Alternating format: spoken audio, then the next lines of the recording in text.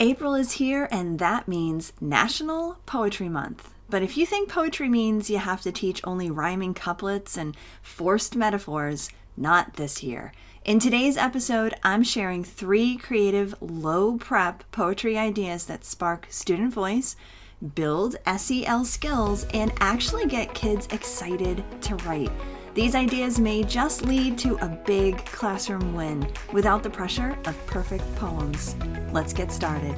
Hey friends, welcome to Enjoy Teaching Again, the podcast for teachers who love the work but need a little spark to bring the joy back. I'm your host, Elizabeth Peterson, classroom teacher, arts integration specialist, and passionate educator of over 25 years. If you're overwhelmed by behaviors, disengaged students, and long, exhausting days, you are not alone. But together, we can turn things around and you can teach with confidence and purpose again. So locate that cold coffee of yours, find your favorite pen, I know you have one, and let's dive in. It's time to get inspired and enjoy teaching again. Thanks to all my listeners who have been writing reviews for this podcast. I truly love reading each and every one of them. There was one that really resonated for this episode, and I just had to share it. It comes from Ed's HCNXFVV, gotta love those names, and he titled it So Good. And it says, April is a time when teachers need that pick-me-up motivation to end the year well and strong. Elizabeth's podcast brings new ideas and strategies to help teachers love being in the classroom again, and especially in April. It's so true, right? April, we're at this last push before the end of the school year, and we need to keep on going. And I really think that this episode is going to help you do just that. Thank you so much, Ed, for your awesome review. And I want to encourage you to share a review as well. It really lights up my day, and it really pushes this podcast to be able to be heard by more and more teachers. I remember back when I was getting my master's in arts and learning, and I took a poetry class that just opened my mind way up to all the possibilities that poetry can really have. Until that point, I had considered poetry was simply about meter and rhythm and rhyme. And I gotta tell you, as a musician, I can really appreciate a good poem with a good rhythm. But it was so freeing and fun to try out all these different kinds of poems that stretched my ideas around poetry creation. And when I started taking those ideas back to my classroom, the kids loved it too. Now, you may be considering a poetry project for your classroom, so today I wanted to share 3 fun and creative ideas that you can do with really easy. And the first one is something that I did just the other day with some 3rd graders and also 4th graders. It's called Dada poetry. It is always a winner inside my classrooms. Dada poetry was first written by artists and poets in Paris. What they would do is they would clip words from newspapers, scramble them, and then arrange them in lines to form nonsense poems. And you can do the same thing with your students. It's really pretty fun. So all you do is just that. You can cut out words from magazines or newspapers, or even from like a random leftover essay that is in the recycling bin. Just let the kids cut out all the words, toss them into a bag, throw them on the desk, mix them up, and have the students pull out 10 to 15 words, and then they can start arranging them into a quote-unquote poem on their desk. No editing, no need to truly make it make sense. The beauty is in the randomness. And what I love about Dada poetry is, as nonsensical as it is, you just naturally start to arrange words into something that creates a little bit of meaning behind it. It's really kind of fun. Now, what I did in my class the other day is I used a song called April Showers. I used the version that is sung by Bing Crosby because they actually can relate to Bing Crosby from his songs during Christmas time that they usually hear during Christmas time. And so we listened to the song April Showers, and then I gave each student a copied paper where I wrote the lyrics to April Showers one word at a time inside these little boxes that they then cut out. So they had all the lyrics to the song April Showers. Once they were done cutting them all out, I asked them to just pinch a little pile of the words, put them separately, and start arranging them into some kind of poem. And they came out so fun.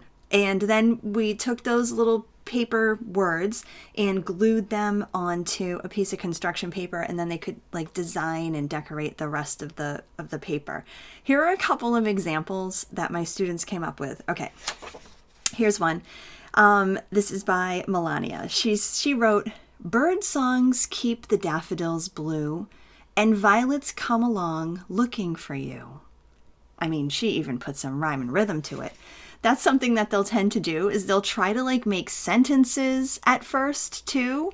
And so it's a fun way to kind of break them of that habit of thinking that poems need to go across from left to right, like starting at the margin and ending at the margin. And then just like they make the words into an array, if that makes sense. And it's a great way for them to understand how poetry can be broken up a little differently because it's different than prose. Here's another example, and this is by a girl named Sailor, and she wrote, "Regrets. It's because you know it's raining showers, that April rain in your daffodils, though it's the way they bloom." And I love encouraging the kids to take their poems and stand at the front of the classroom and read it really dramatically. And then, you know, a lot of teachers love to do this where they, instead of clapping for each other, they'll snap for each other. It's just really a kind of a fun thing to do. And for me, teaching in Massachusetts, you know, our April vacation is coming up soon. So this is a wonderful activity to do with your students right before your spring break. Now, I told you that there were some SEL tie-ins with this, right? Because you know how much I love addressing those SEL skills through SEAL, social, emotional, artistic learning. And this certainly is an art form of creating poetry.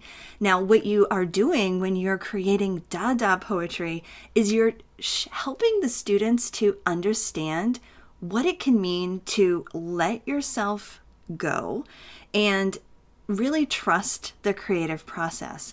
That sense of letting go can be so hard for certain students.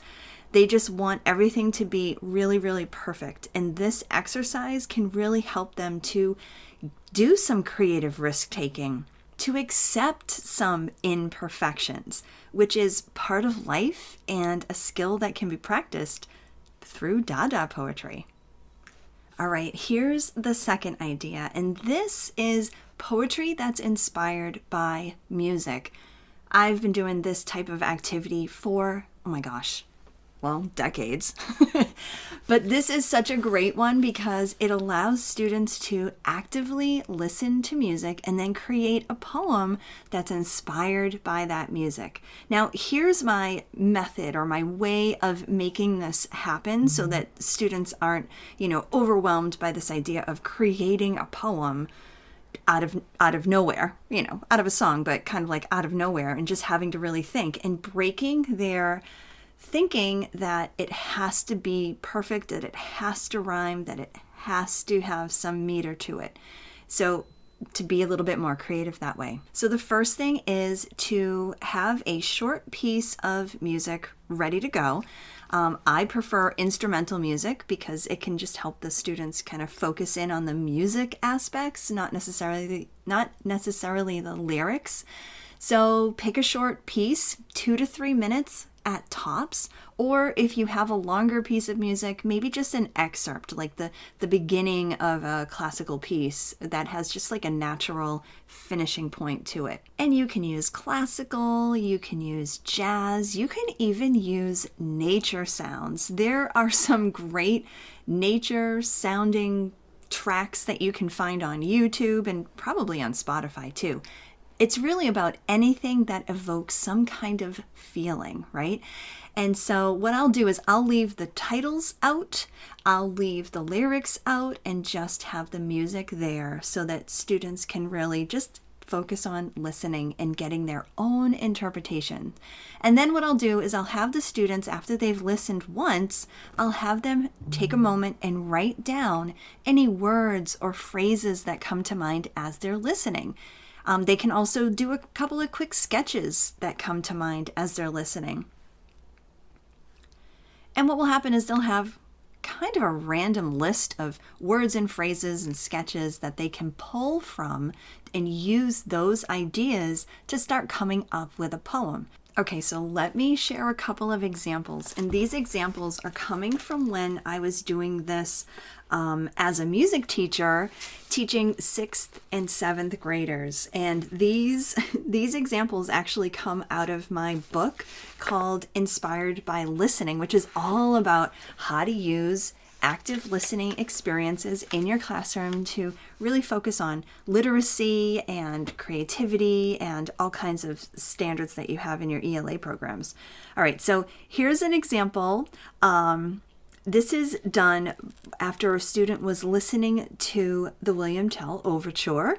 And here it is, ready? Quick notes build the excitement, galloping across time, strong bursts of sound, exploding through my ears like fireworks.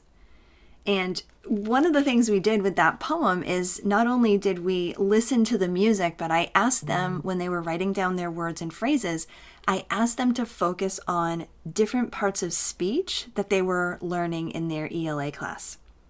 Here's another poem. This one gets me every time.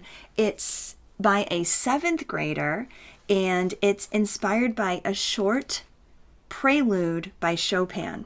And I'll put the link to this specific prelude in the show notes. I might even make a little playlist of great songs that you can use to inspire some poetry. But here's her amazing poem. And for some reason, it also happens to do with rain. So here it is. It's actually titled Rain. Yelling, screaming, loud, dark clouds, rain. Life is hard to maintain when you're alone, dancing in the rain. Sadness, madness, rain, the pain. It's irresistible. Doesn't that just get you right there? What I absolutely love about poetry and tying music into it is that it really helps students to really dig into the human emotion, right? Here's the SEL tie-in. It can build some self-awareness. It gives them an outlet to really be creative and share some of their emotions. And some of the poetry that comes out of these students is just so beautiful and meaningful. And what an amazing gift we can give our students, the ability to really express themselves with poetry. Okay, so here's the third idea, and this we'll call mirror me poetry. Okay, it's where you're going to give your students a very simple prompt to finish. I am. So basically like a sentence starter, and then have them repeat that I am 5 times. So I am this, I am this, I am this 5 times, and come up with this little poem that speaks to who they are. A great self-awareness activity. But you can also do it a little differently. And this is how I did it just the other day with a group of 5th graders. And so what I had them do is I had them finish these 5 sentence starters. I am, I feel, I dream, I remember, and then finishing off again with I am. And here's an example of one of the poems that was written. Okay, ready?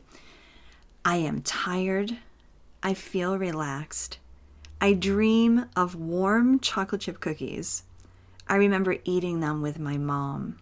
I am happy. Isn't that so sweet? I'm telling you, the poems that can come out of your students when you give them these creative, free-form frameworks is just so amazing. And I really, really hope that you are able to try this with your students. And I'll tell you honestly, if you really were crunched for time, that could be a short 15-minute activity and just have it be something, fun and reflective that you can do at the end of class or at the end of the day or even as a beginning warm-up. What could also be kind of cool is if you took a poem like this and had the students actually record these as audio poems. That would be a really cool thing to have in a listening station, or be able to send home the MP3s of them reading these beautiful little snapshots of their lives right now. So what's the SEL tie-in with this? Well, really, it's about self-awareness and being able to reflect on yourself, right? It's a mirroring kind of poem. But it also promotes some positive thinking, and it can even build students' confidence.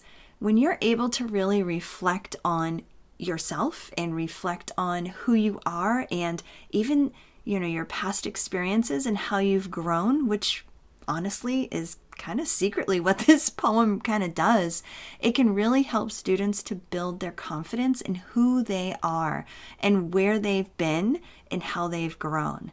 Isn't it amazing how poetry and the arts can really do so many things for you as you're creating? It really can blow my mind sometimes. And I love watching students figure these things out about themselves as they're creating. It's really beautiful. All right, so here's what I want you to do. I want you to pick one of these poetry ideas and try it. Try it sometime this month. Seriously. Just one, maybe all of them. And then I would love for you to share inside the Inspiring Teachers Facebook group. This is a space where we share wins, where we swap ideas and support each other through all the ups and downs of teaching. So do one of these activities, take a photo or jot a little reflection, and come into our Inspiring Teachers Facebook group and share that.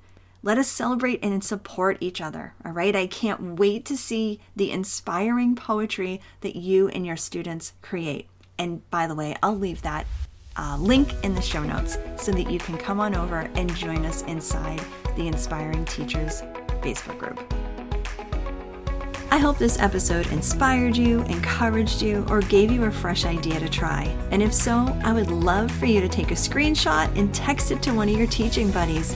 I'm so grateful that you landed here with me today, and it would mean the world to me if you would leave me a review over on Apple Podcast. Thanks so much for being here, and I'll catch you on the next episode. This is Elizabeth Peterson reminding you to get inspired so you can be inspiring to your students and enjoy teaching again.